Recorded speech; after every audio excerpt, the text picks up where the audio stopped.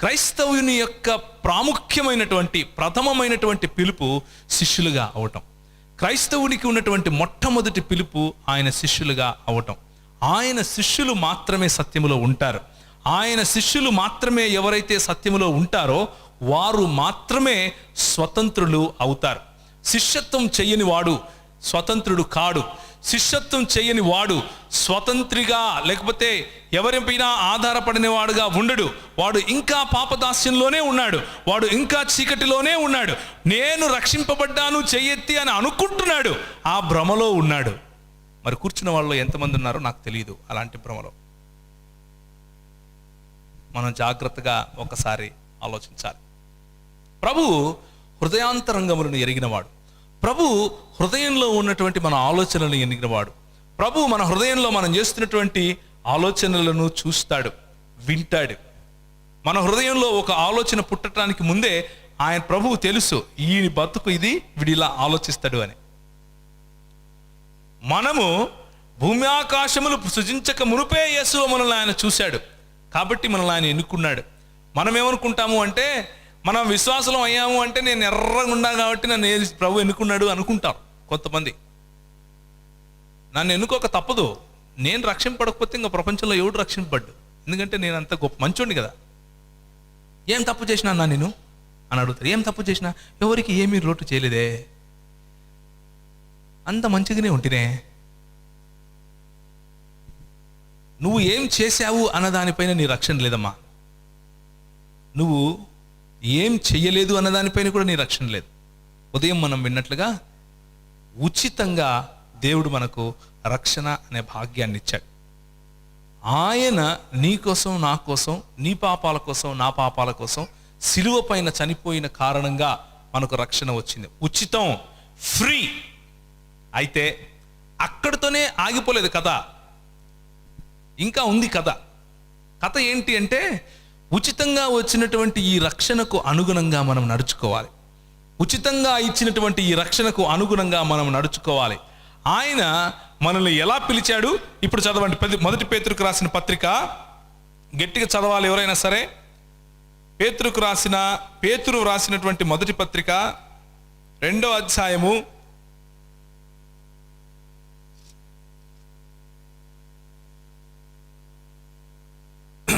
9వ వచనం చదువుతారా ఎవరన్నమ్మా గట్టిగా?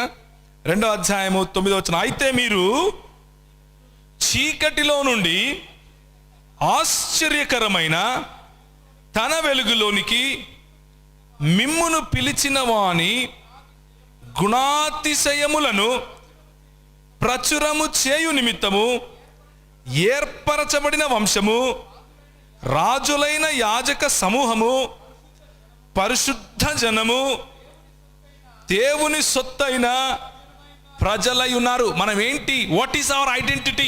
మనకు ఆధార్ కార్డ్ ఏంటి అంటే, మనం ఏంటో ఫలానా కులంలో పుట్టాడు, ఫలానా ఇంట్లో ఉంటాడు, వాళ్ళ అడ్రస్ ఇది, వాళ్ళు ఇట్లాంటి వాళ్ళు, వాళ్ళు అలాంటి వాళ్ళు కాదు. మన అడ్రస్ ఏమిటి అంటే, దేవుని మహిమ కారణంగా, దేవుడు మనల్ని ఎన్నుకున్న కారణంగా మీరు చీకటిలో నుండి ఆశ్చర్యకరమైన వెలుగులోకి పిలువబడ్డారు. మీరు చీకట్లో నుండి ఆశ్చర్యకరమైన వెలుగులోకి పిలువబడిన తర్వాత ఇంకా నువ్వు చీకట్లో జీవిస్తూ ఉంటే ఒకవేళ, అప్పుడు నువ్వు ఆశ్చర్యకరమైన వెలుగుకు పిలువబడినట్లా? హలో, చీకటి నుండి ఆశ్చర్యకరమైన వెలుగులోకి ప్రభువు నిన్ను పిలిచినప్పుడు ఒకవేళ నువ్వు ఇంకా ఆ వెలుగులోకి రాకుండా చీకట్లోనే జీవిస్తున్నావు అనుకో, అప్పుడు నువ్వు వెలుగులో ఉన్నట్లా లేనట్లా? లేనట్లు. రక్షింపబడ్డాను అని అనుకుంటున్నావు అంతే. నీ హృదయంలో ఇంకా చీకటి ఉంటే నువ్వు రక్షింపబడుతున్నాను లేకపోతే రక్షింపబడ్డాను అని నిన్ను నువ్వు మోసం చేసుకుంటున్నావు అంతే. పొరపాటును కూడా ఫాల్స్ ఐడెంటిటీలో ఉండకూడదు. ఒక ఆయన ఏం చేశాడంటే, వాళ్ళ నాయన, ఒరే నువ్వు 10th క్లాస్ పాస్ అయినావు కదా అని చెప్పేసి మంచిది ఒకటి మోటార్ సైకిల్ కొనిచ్చినాడు. ఈ మధ్య 250 cc 300 cc మోటార్ సైకిల్ వస్తున్నాయి కదా, KTM అని, అదే ఇది బజాజ్ పల్సర్, ఇంకా ఏమేమో వస్తాయి. మంచి జీన్స్ వేసుకుని అద్దాలు పెట్టుకుని ఇట్లనే మీ ఊరికాడనే అనుకోండి, ఆడవాళ్ళ ఎవరో ఒక పాప కాలేజీకి పోతుంది, ఆ పాపకు చూపించాలి. ఇప్పుడు బండి వేసుకొని వస్తున్నాడు, సౌండ్ వస్తుంది. కానీ ఒక సమస్య ఉంది అక్కడ. ఏంటంటే ఆ పాప ఇంటికాడ ఒక స్పీడ్ బ్రేకర్ ఉంది. ఇంతెత్తుంటుంది అది. ఆడికి రాను బ్రేక్ కొట్టాల్సి వస్తుంది. ఎందుకు? స్పీడ్ బ్రేకర్ ఉంది. స్పీడ్ బ్రేకర్ ఉంటే బ్రేక్ కొట్టక తప్పదు కదా. బ్రేక్ కొడుతున్నాడు, ఆ పాప చూసేళ్ళకు మళ్ళీ మామూలు స్కూటర్ పోయినట్టే పోతుంది, టొక్ టొక్ టొక్ టొక్. మళ్ళీ స్పీడ్గా వస్తాడు, ఆడికి వచ్చి బ్రేక్ కొట్టి మళ్ళీ స్కూటర్ మాదిరి పోతున్నాడు మెల్లిగా. ఈ పిల్లోడు అనుకున్నాడు, అబ్బా ఏదో ఒకటి చేసి 90లో పోవాలనుకున్నాడు. 90కి తగ్గేదే లేదు ఈరోజు అనుకుని ఆడదానికి వచ్చి కళ్ళు పూసుకున్నాడు. ఈడ స్పీడ్ బ్రేకర్ లేదు అనుకున్నాడు మనసులో. ఏమనుకున్నాడు? స్పీడ్ బ్రేకర్ లేదు అనుకున్నాడు. స్పీడ్ బ్రేకర్ ఏమి యవనస్తులు ఉన్నారో లేరా ఇక్కడ? నాకేం వినపడడం లేదే, అంతా మనం చేసేదే, కొత్తదేం చెప్పట్లేదు నేను. ఈడ స్పీడ్ బ్రేకర్ లేదు అని మనసులో 10 సార్లు అనుకున్నాడు. లేదు లేదు లేదు అని 90 మీద వచ్చి ఫడాక్క నిలబడు. ఎక్కడుంటాడు ఆ తర్వాత? ఏం చెప్పినావమ్మా? ఆసుపత్రిలో ఉంటాడంట. ఆసుపత్రిలో ఉంటాడంట. చీకటి నుంచి వెలుగులోకి మనల్ని పిలిచాడు పిలిచాడు పిలిచాడు అని మనసులో అనుకుంటే సరిపోదు. ఆసుపత్రిలో ఉంటాం. నిజంగా వెలుగులోకి రావాలి. నిజంగా వెలుగులోకి రాకుండా నన్ను పిలిచేసాడు అని చీకట్లోనే ఉంటే మన బతుకేమవుతుంది? అదే అవుతుంది. కళ్ళు మూసుకొని స్పీడ్ బ్రేకర్ మీద 90 మీద తోలితే ఏమవుతుంది? అదే అవుతుంది. కాబట్టి ఇచ్చకపు మాటలు చెప్పే వాళ్ళ మాటలు వినాల్సిన అవసరం లేదు. మీరు సంఘముగా ఏ పునాది మీద అయితే కట్టబడారో అది నిజమైన పునాది. మీ పితరులు ఏ పునాది మీద అయితే కట్టబడ్డారో అది నిజమైన పునాది. మీ పితరులు ఏ ప్రభువునైతే నమ్మారో నిజమైన ప్రభువు. కొత్తగా ఒకరు వచ్చి నువ్వు ఏం పాపం చేసినా పర్లేదు, పరలోకం టక్కన పోతావు అని అంటే దొంగ నోటు. ఏం నోటు చెప్పండి? దొంగ నోటు. ఆ దొంగ నోట్లు తీసేయడానికి మోదీ ప్రభుత్వం ఏం చేసింది? నోట్బందీ పెట్టింది. ఈ నోటుబందీ యేసు ప్రభు ఎప్పుడు పెట్టాడు? ఏంటంటే అది వాక్యం. వాక్యం పెడితే చాలు, ఏది దొంగ నోటు ఏది కరెక్ట్ నోటు బయటకు వచ్చేస్తుంది. ఇట్లా మనకి ఏ ఏటీఎంలో అవసరం లేదు, ఏ మెషిన్లో అవసరం లేదు. అయితే వాక్యం తెలిసి ఉండాలమ్మా. వాక్యం తెలిసి ఉండకపోతే దొంగ నోట్లు చాలా వస్తాయి. జాగ్రత్తగా మనం తెలుసుకోవాలి. మనం ఎక్కడి నుంచి పిలువబడ్డాం? చీకటి నుండి పిలువబడ్డాం. ఎక్కడికి పిలువబడ్డాం? ఆశ్చర్యకరమైనటువంటి వెలుగు. మనం ఇక్కడికి వస్తే అంత ఆశ్చర్యమే. అబ్బా ఇంత వెలుగైన జీవితమా, నేను ఎందుకు ఇది పోగొట్టుకున్నాను? ఇంత వెలుగుకరమైనటువంటి జీవితాన్ని పోగొట్టుకునే విధంగా నేను ఎందుకు పాపంలో ఉన్నాను, ఎంత పాపంలో బతికాను అని అనిపిస్తుంది. అలాంటి జీవితం ప్రతిరోజు జీవిస్తాం. అలాంటి ప్రతి క్షణము కృతజ్ఞతతో ప్రభువును మనం వెంబడిస్తాం, విధేయతతో ప్రభువును వెంబడిస్తాం. ఎప్పుడు? మన ఆధార్ కార్డు తెలిస్తే, మన నెత్తి మీద ఏం రాస్తుందో తెలిస్తే, మన ఇంటి పేరు ఏంటో తెలిస్తే, మన అసలు పేరేంటో తెలిస్తే తెలుస్తుంది. లేకపోతే ఆ గవర్నమెంట్ ఆసుపత్రిలో పిల్లలకు నంబర్లు వేస్తారే, బెడ్ నెంబర్లు వేస్తారు, ఫలానాడు పిల్లోడు. ఎందుకంటే పేరు పెట్టింటారు కదా, అప్పుడు నంబర్లు మార్చేస్తే పిల్లలు మారిపోతారు. అట్లయితుంది మన బతుకు. ముందు మనం ఏం తెలుసుకోవాలి అంటే మనము ఎవరము, ఎక్కడి నుండి పిలువబడ్డాం, ఎక్కడికి పిలువబడ్డాం. మనము చీకటి నుండి ఆశ్చర్యకరమైన తన వెలుగులోనికి మనం పిలువబడ్డాం. ఆయన గుణాతిశయములను ప్రచురము చేయటానికి పిలువబడ్డాం. నేను ఇంతకుముందు చెప్పినట్లుగా మీరు మీ వేల్పుల, లేకపోతే వారు వారి వేల్పుల వంటి వారైరి. మన వేల్పు, మన రాజు, మన దేవుడు, మన దేవుని యొక్క గుణం ఏంటమ్మా చెప్తారా ఎవరైనా? 1-2 చెప్పండి. ఏమై ఉన్నాడు ఆయన? సార్వభౌముడు. మనం సార్వభౌములం అవ్వగలుగుతామా? కాలేం. మరెట్లా? కొన్ని గుణలక్షణాలు ఆయన మనకు ఇవ్వగలుగుతాడు, కొన్ని గుణలక్షణాలు ఇవ్వడు. ఉదాహరణకు మనం సార్వభౌములం కాలేం, మనం అన్ని తెలుసుకునే వాళ్ళం కాలేం, మనం అన్ని చేయగలిగిన వాళ్ళం కాలేం, మనం అన్నిట్లోనూ మనం ఏది చెప్తే అదే జరిగేది కాదు. అది దేవుడు మాత్రమే. కానీ కొన్ని ఇస్తాడు. ఎలాంటివి? ఆయన ప్రేమామయుడు, మనం కూడా ప్రేమించగలమా లేదా?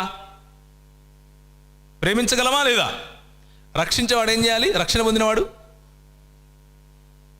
ఎవడిలో అయినా ప్రేమ లేదు కానీ నేను రక్షింపడ్డాను సంకలు గుద్దుకుంటాను అనుకో, ఏం చెప్పాలి? ఒరే నాయనా, దేవుని గుణాతిశయములను ప్రచురం చేయటానికి మనం పిలువబడ్డాంరా. దేవుని గుణాతిశయం ఏంటిది? ప్రేమించే గుణం. దేవునికి క్షమించే గుణం ఉంది. ఇక్కడ మనం మనసులో ఏం పెట్టుకున్నాం? కోపం పెట్టుకున్నాం. మనసులో కక్ష పెట్టుకొని ఉన్నాం. మనసులో హేట్రెడ్ అంటే అసహ్యం, అవతలి వాడిని అసహ్యించుకునే గుణం పెట్టుకున్నాం. రక్షింపబడిన వాళ్ళ జాబితాలోకి వస్తామా? ఏమ్మా వస్తామా రామా? ఏమయ్యా చెప్పట్లేదు, ఇంకా నువ్వు ఇట్టని చెప్తే ఏం చెప్తాం సార్, ఇంటికి పోతామంటారా? వాక్యం అయితే ఇదే చెప్తా సార్. నువ్వు రక్షింపబడినావులే అని అనుకుని మనసులో ఇంకా అదే కుళ్ళు, అదే చీకటి, అదే కంపు పెట్టుకుని ఉంటే ప్రభు అంటాడు, నువ్వు అసలు ఎవడో నాకు తెలియదు అంటాడు. ప్రభువా, నీ నామం పేరిట మేము చర్చి కట్టిలేడా 3 రాష్ట్రాలకు దగ్గర, అసలు నువ్వు ఎవడో నాకు తెలియదు. ప్రభువా, పైన సిలువ పెట్టినాం, స్టార్ కూడా పెట్టినాం, నువ్వు ఎవడో నాకు తెలియదు. ప్రభువా, నా కొడుకు పేరు పెట్టిన ఎడ్వర్డ్ అని, నువ్వెవరో నాకు తెలియదు. ప్రభువా, మా నాయన పేరు ఏలియా, మర్చిపోయినావా, నువ్వెవరో నాకు తెలియదు.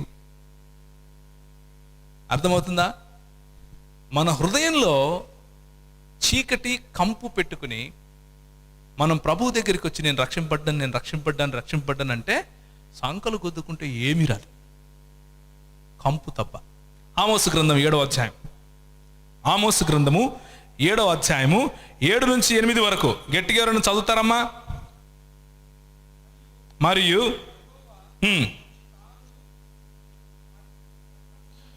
మట్టపు గుండు చేత పట్టుకుని చక్కగా కట్టబడిన ఒక గోడ మీద నిలువబడి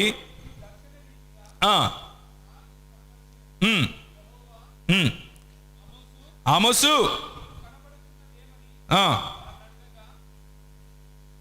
చెప్పండి. మట్టపు గుండు కనబడుతోంది అని నేను అంటిని, నా జనులకు ఇశ్రాయేలీయుల మధ్యను మట్టపు గుండు వేయబోచున్నాను, నేను ఇకను వారిని దాటిపోను. చాలండి. ఇప్పుడు మట్టపు గుండు అంటే ఏంటంటే, మనము బేల్దారి పనులకు పోతారనుకోండి, ఎవరన్నా వాళ్ళకి బాగా తెలిసి ఉంటుంది, గుండుదారం తెలుసా తెలీదా? ఎంతమందికి తెలీదు? అందరికీ తెలుసు. గుండుదారం అంటే గోడ కట్టిన తర్వాత చక్కగా ఉందా లేదా చూడాలంటే ఏం చేస్తారు? గుండుదారం పెడతారు. గుండుదారం పెడితే చక్కగా ఉందా లేదా అది తెలిసిపోతుంది. కానీ మనము కట్టుకునే గోడలు మన హృదయంలో ఎలా ఉంటాయి అంటే చక్కగా మనకు కనిపిస్తాయి. కానీ ప్రభు ఏం చేస్తాడు? గుండుదారం పెడతాడు. గుండుదారం పెడితే తెలుస్తుంది ఎంత చక్కగా ఉంది, ఇది ఎంత చక్కనోని బయడు, అంత వంకర టింకర గోడ కట్టుకున్నాడే అని బయటపడుతుంది. మనము ఎలాంటి వంకర టింకర గోడలు కట్టుకుంటాము అంటే, 2 రకాలైనటువంటి ప్రజలు ఉంటారు, 2 రకాలైనటువంటి గోడలు కట్టుకుంటారు. చిన్నప్పటి నుంచి ఆ గోడలు కట్టుకోవటానికి ఏమేమి వాడతాం చెప్పండి? ఇటుకలు వాడతాం, ఇంకా ఏం వాడతాం గోడ కట్టడానికి? సిమెంటు, ఇంకా కట్టేవాడు ఒకడు ఉంటాడు. అవునా?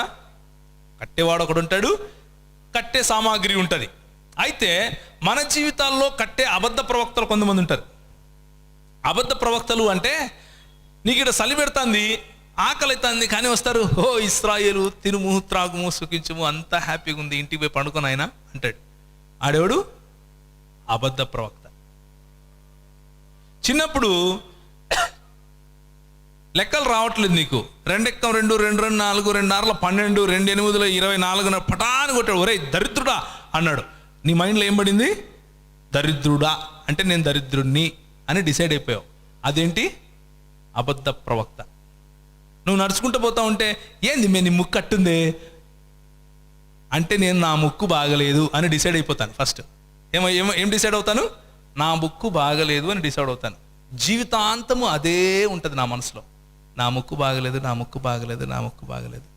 ఎవడో అంటాడు, రే కరుడా ఇట్రా, వాడు 20,000 పెట్టైనా సరే తెల్లగా కావడానికి మందులు కొంటా ఉంటాడు, జీవితాంతం కొంటాడు. ఎందుకు? ఎవరో అన్నారు కరోనా అనే. ఇవన్నీ ఏంటి అంటే అబద్ధ ప్రవక్తలు పలికే మాటలు. యవనస్తులు జాగ్రత్తగా వినాలి. ఇవన్నీ అబద్ధ ప్రవక్తలు పలికే మాటలు. నీ కులం మంచిది కాదు, నీ పుట్టుక మంచిది కాదు,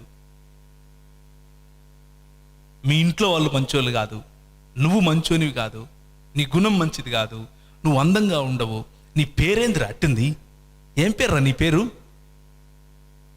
సిగ్గు లేదు. ఇవన్నీ అబద్ధ ప్రవక్తలు పేర్చే సిమెంట్. మనము దానికి అలాంటి రిజెక్షన్, అంటే అలా మనల్ని ఎవరైతే మనల్ని ఆకర్షించుకుని, ఎవరైతే మనల్ని హత్తుకు చేర్చుకుని, ఎవరైతే మనల్ని కౌగిలించుకోవాలి అని ఆశపడతామో, ఎవరి దగ్గరికి అయితే పరిగెడతామో, తల్లి దగ్గరికి పరిగెడతాం, అమ్మా జై పో తపా అని పడుతుంది. అబద్ధ ప్రవక్త ఒక అబద్ధాన్ని మన మనసులో నాటాడు. ఏమని? నేను అమ్మా అని పరిగెట్టుకుంటూ వెళ్ళి కౌగిలించుకుంటే ఏమొస్తుంది? నాకు పిర్ర మీద దెబ్బ వస్తుంది అని మనసులో ఏమైంది? లాయ్, అబద్ధం ఒకటి పేర్చుకుంటాను. మళ్ళీ ఒకసారి పరిగెడితే స్నేహితుల దగ్గరికి, ఎరా బాగున్నావా అంటే, బాగుండేంద్రా సిగరెట్ తీసుకుని. నేను సిగరెట్ తాగను రా. సిగరెట్ తాగువా? ఈడోడు పిచ్చోడు రేడు. అంటే సిగరెట్ తాగనివాడు ఎవడు? పిచ్చోడు అని నా మైండ్లో ఏమైంది? రికార్డ్ అయింది.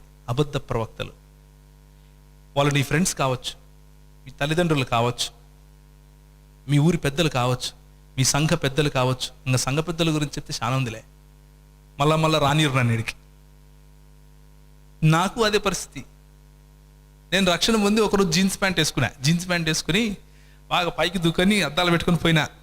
చర్చికి పోతే పిలిచినాడు, ఇక్కడ రా అన్నాడు. ఏం సారా, ఏమి ఇటు వచ్చినవే అన్న. అంటే వాక్యం విందామని వచ్చినావా? ఆడపిల్లలు చూడడానికి వచ్చినావా అన్నాడు.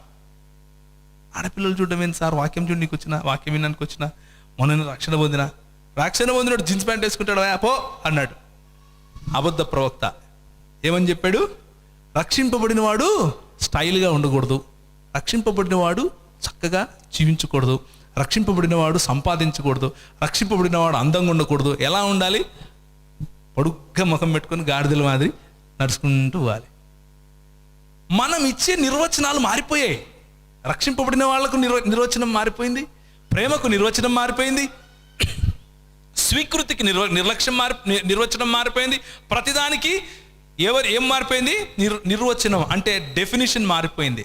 ఈ అబద్ధ ప్రవక్తలతో మనం జాగ్రత్తగా ఉండాలి. వారి ఫలములను బట్టి మీరు వారు తెలుసుకుందరు అని ప్రభు మనకేం చెప్పాడు? మాట చెప్పాడు మత్తయి సువార్తలో. మీరు వారు ఫలములను బట్టి వారిని తెలుసుకుంటారు. మన ప్రభు ఫలములు ఏంటివి? ప్రేమ. మన ప్రభు ఫలం ఏంటి? క్షమాపణ. మన ప్రభు దయాళుత్వము. మన ప్రభు ఫలం ఏంటి? దీర్ఘశాంతము, ప్రేమ, దయాళుత్వము లేకుండా మన పైన నువ్వు అట్లాంటోడివి, నువ్వు ఇట్లాంటోడివి, నువ్వు ఇట్లాంటోడివి, నువ్వు అట్లాంటోడివి అని ఒకటి తర్వాత ఒకటి ఇటుక పెట్టి మనం ఏం చేస్తున్నారు? గోడలు కడుతున్నారు. ప్రభు వచ్చి మట్టపు గుండు పెడితే ఆ గోడ చక్కగా లేదు అని మనకు తెలిసిపోతా ఉంది. మనకు ఆ గుండు దారం ఏమిటి అంటే దేవుని వాక్యం. దేవుని వాక్యం ఏం చెప్తా ఉందంటే, నువ్వు కర్రోను కాదు, జీవపు వెలుగులోకి పిలువబడిన వాడు. నువ్వు ముక్కు బాగలేదు అంటున్నాడా? నిన్ను దేవుడు తన స్వరూపంలో చేశాడమ్మా. నీకు అర్థమవుతుందో లేదా? అందుకనే యోహాను సువార్త 8లో మనం చదివాం, మీరు నా యందు నిలిచి ఉండుడి, సత్యము మిమ్మల్ని ఏం చేస్తుంది? స్వతంత్రులుగా చేస్తుంది. ఏంటి సత్యం? ఇప్పుడు చెప్పండి. మీరు ఎవరి స్వరూపంలో పుట్టారు? దేవుని స్వరూపంలో పుట్టారు. మీరు చీకటి నుండి ఆశ్చర్యకరమైనటువంటి వెలుగులకి పిలువబడిన వారు. రక్షణ అంటే ఇదే. రక్షణ అంటే యేసు ప్రభువు నన్ను చీకటి నుంచి ఆశ్చర్యకరమైన వెలుగులోకి నన్ను పిలిచాడు. నేను ఇప్పుడు ఆశ్చర్యకరమైన వెలుగుకు సంబంధించిన వాడిని. ఆశ్చర్యకరమైన వెలుగులో నేను జీవిస్తున్నాను. వెలుగులో ఉంటే బట్టలు ఊడదీసినట్లే. మళ్ళీ వినండి, వెలుగులో ఉంటే తేట తెల్లగా ప్రతి ఒక్కటి తెలుస్తుంది. ఏంటి ఈ వెలుగు అంటే? ఇప్పుడు చూడండి, మొదటి యోహాను ఎవరికైనా తెలిసి ఇది నోటికొచ్చుంటే చెప్పండి అమ్మా ఎవరన్నా. యోహాను రాసిన మొదటి పత్రిక 1వ అధ్యాయము 7వ వచనం. అయితే ఆయన వెలుగులో ఉన్న ప్రకారము మనమును వెలుగులో నడిచిన ఎడల మనము అన్యోన్య సహవాసము గలవారమై ఉందుము. అప్పుడు ఆయన కుమారుడైన యేసు రక్తము ప్రతి పాపము నుండి మనల్ని పవిత్రులుగా చేయును. ఎప్పుడు అమ్మా ప్రతి పాపము నుండి మనల్ని పవిత్రులుగా చేసేది? ఆయన రక్తము సహవాసములో ఉన్నప్పుడు.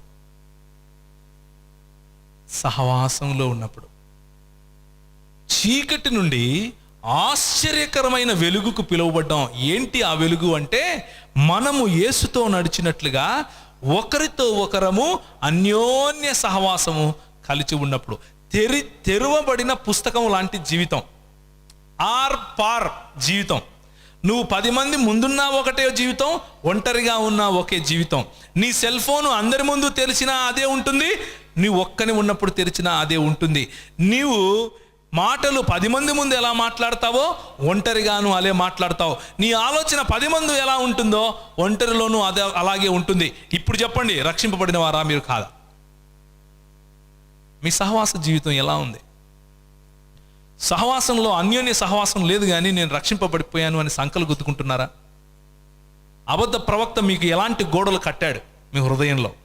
దేవుని మట్టపు గుండు వాక్యము పెట్టి చూపిస్తే అంత వంకర టింకరగా కనిపిస్తూ ఉందా మీకు? దేవుడు అన్నాడు, మన ప్రభు అన్నాడు, ఇసుక మీద కట్టబడిన ఇల్లు ఏమైపోతుందంట? ఏమవుతుంది? కూలిపోతుంది. చిన్న ఉపద్రవం, చిన్న సైక్లోన్, చిన్న గాలి వాన వస్తే పడిపోతుంది. ఈ బిల్డింగ్ పడిపోతుంది చిన్న గాలి వస్తే. ఎందుకు పడిపోదు? గట్టి పునాది కాబట్టి. మన గట్టి పునాది ఏంటి? బోధకులు చెప్పేది. మనకు ఎవరో తీసుకొని వచ్చి చెప్తే ఎంగిలి కూడా అటు పడేస్తే తిని దాని మీద ఇండ్లు కట్టుకున్నాం మనం. మనకు బైబిల్కి సంబంధమే లేదు. భలేవాడి, మాకేం అర్థమవుతుంది సార్? ఎందుకు అర్థం కాదు? ఓపెన్ చేసి చదివితే అర్థమవుతుంది. అన్యోన్య సహవాసం, సహవాసమే లేదు. ఎక్కడి నుంచి అర్థమవుతుంది బైబిల్? ఎక్కడి నుంచి రక్షణలో మనం ఉన్నట్లు? ఎక్కడ మనం రక్షణలో ఎదుగుతున్నట్లు? చీకటి నుండి ఆశ్చర్యకరమైన వెలుగులోకి మనల్ని ప్రభు పిలిచాడు. ఆ ఆశ్చర్యకరమైన వెలుగు అంటే అన్యోన్యమైనటువంటి సహవాసంలో మనం ఎదిగితే ఏమవుతుందంట? అప్పుడు మన ప్రభువైన యేసు రక్తము ప్రతి పాపము నుండి మనల్ని ఏం చేస్తుంది? కడిగి పరిశుద్ధులనుగా చేస్తుంది.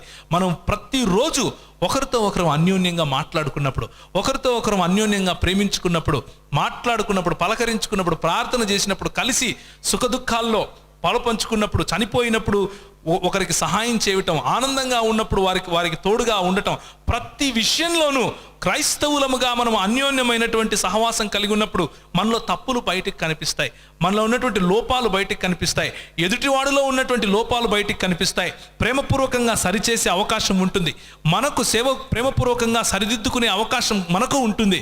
అప్పుడు ప్రతి దినము ప్రభు పాదాల దగ్గరికి వెళ్ళి, అయ్యా ఈ చోట నేను ఎదగాలయ్యా, ఆయన ఆ పాపం కడుగుతాడు. రోజు నువ్వు ఇంకా పాపాలు ఒప్పుకుంటున్నావా? నువ్వు పరలోకం పో అంటే ఏంటి?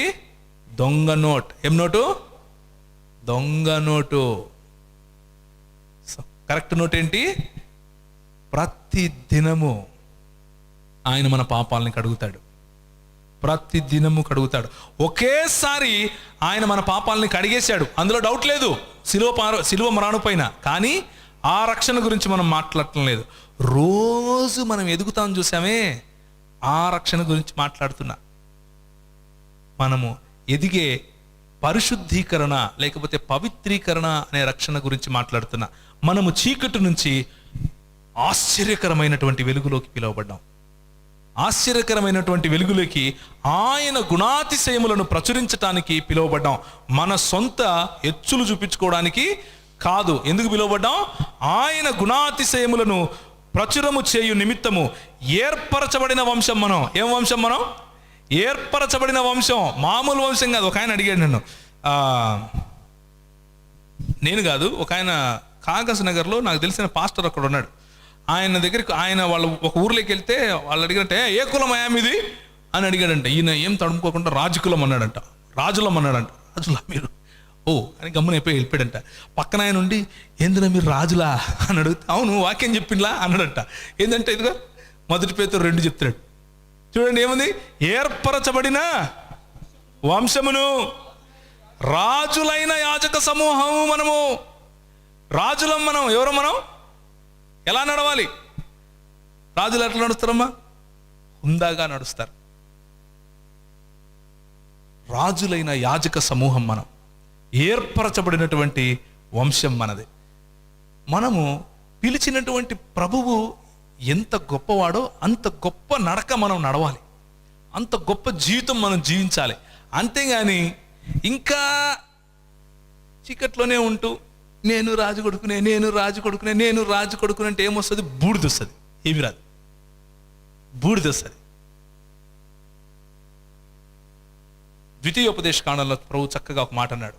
ఏమన్నాడంటే, నేను మిమ్మును తలగా ఉంచుదును కానీ తోకగా ఉంచను. ఎక్కడ ఉంచుతాడంట?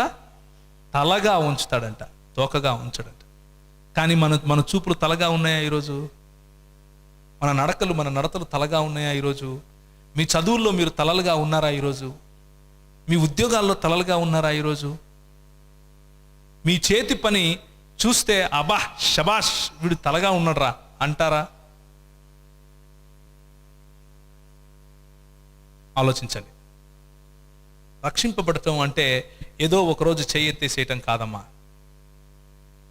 మన గుర్తింపును తిరిగి సంపాదించుకోవటం, మనం కోల్పోయిన గుర్తింపును తిరిగి సంపాదించుకోవటం. మనం రాజులైన యాజక వంశముగా ప్రభు మనల్ని ఏర్పరచుకుంటే మనం వెళ్ళి సాతానుకు మన ఒళ్ళప్పగించాం. ఆయన మనల్ని చీకటి నుంచి ఆశ్చర్యకరమైన వెలుగులోకి పిలిస్తే మనం వెళ్ళి వాడి పాదాల దగ్గర పడి వాడిని మనం దేవుణ్ణి చేసుకున్నాం. మరి తిరిగి ఆ ఐడెంటిటీ, ఆ ఆధార్ కార్డు సంపాదించుకోవాలి. ఇప్పుడు మన దగ్గర ఉండే ఆధార్ కార్డు పోయిందనుకో, ఇంటర్నెట్ సెంటర్లోకి వెళ్ళి ఎవరికైనా ఒక 10 రూపాయలు ఇస్తే వాడు ఆ నెంబర్ కొట్టి తీసిస్తాడు. అవునా కదా? అది కూడా చేయాల్సిన అవసరం లేదు, 10 రూపాయలు కూడా ఇవ్వాల్సిన అవసరం లేదు. యేసు ప్రభు దగ్గరికి వెళ్ళి, అయ్యా నువ్వు నన్ను నీ స్వరూపంలో చేసావంట కదా, మరి నేనేంది అలా లేనే, నేను అలా లేనే. ఒక్క విషయం జాగ్రత్తగా గుర్తుంచుకోండి. ఎప్పుడైతే మీకు యేసు ప్రభువు లాంటి జీవితం జీవించాలి అనే ఆశ కలుగుతుందో అదే రక్షణకు మొదలు. ఎప్పుడైతే మీరు యేసు ప్రభువును, దేవుణ్ణి సంతోషపరిచే జీవితం జీవించాలి అన్న ఆశ కలుగుతుందో అదే రక్షణకు మొదలు. మీరు రక్షింపబడిన వారు కాకపోతే ఆ ఆలోచన రాదు మీకు. మీరు రక్షింపబడిన వారు కాకపోతే చీకటి నుండి ఆశ్చర్యకరమైన వెలుగులోకి నన్ను పిలిచాడు దేవుడు అన్న సత్యాన్ని మీరు నమ్మరు. మీరు రక్షింపబడిన వారు కాకపోతే రాజులైన యాజక సమూహం నేను అని మీరు నమ్మరు. ఏర్పరచబడిన వంశము నేను అని మీరు నమ్మరు.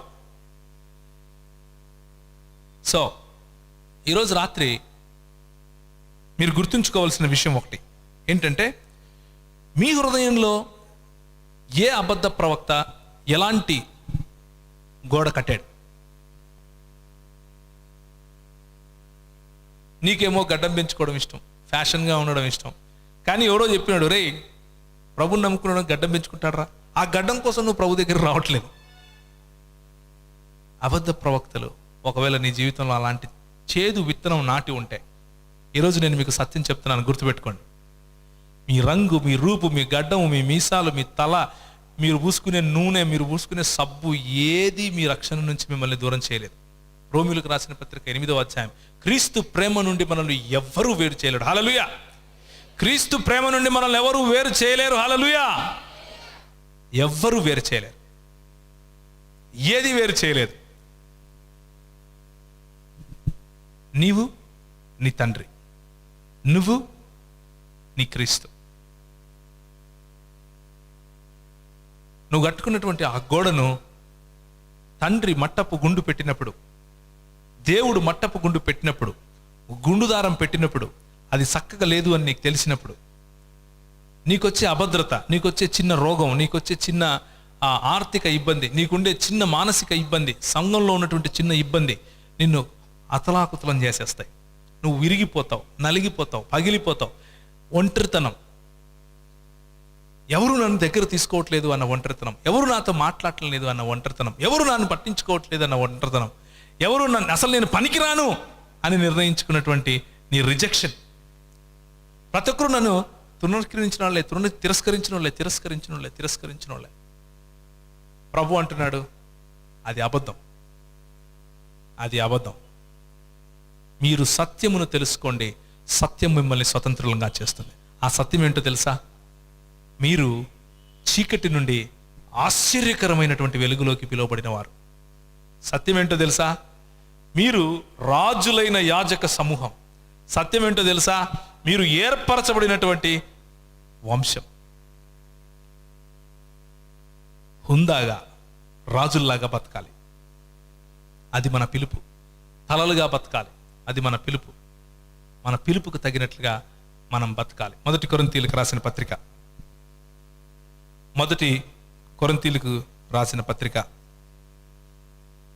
1వ అధ్యాయము 9వ వచనం. ఎవరైనా గట్టిగా చదువుతారా? మన ప్రభు అయిన యేసుక్రీస్తు అను తన కుమారుని సహవాసమునకు మిమ్మును పిలిచిన దేవుడు నమ్మదగినవాడు. సహోదరులారా, మీరందరూ ఏకభావముతో, కక్షలు లేక, ఏక మనస్సుతోనూ ఏక తాత్పర్యముతోనూ మీరు సన్నద్ధులై ఉండవలెననియు మన ప్రభువైన యేసుక్రీస్తు పేరట మిమ్మల్ని వేడుకొనుచున్నాను.